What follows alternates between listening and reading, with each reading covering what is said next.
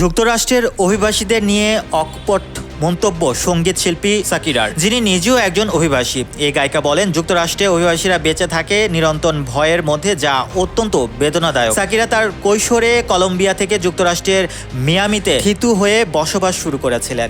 এই কারণে অভিবাসীদের প্রতি সবসময় তার পাল্লা ভারী দেখা যায়। চলতি বছরের শুরুতে সঙ্গীতের মর্যাদাপূর্ণ পুরস্কার গ্র্যামি শাকিরা উৎসর্গ করেন যুক্তরাষ্ট্রের বসবাসরত অভিবাসীদের। ওই অনুষ্ঠানে তিনি প্রকাশ্যে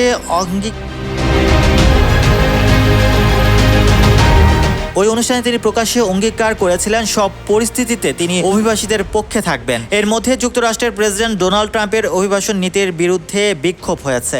সেই বিক্ষোভ ঘিরে নাতাশা রথওয়েল, অলিভিয়া রদ্রিগোর মতো হলিউড তারকারা যোগ দিয়েছেন সাধারণের কাতারে। ট্যুরটি তিনি শুরু করেন চলতি বছরের 11 ফেব্রুয়ারি ব্রাজিলের রিও ডি জেনিরো থেকে।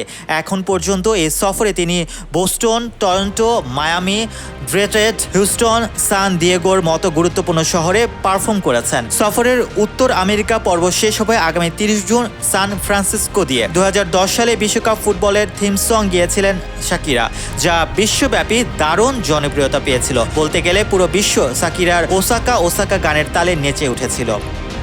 Mohammad Rassel, news 21 international desk.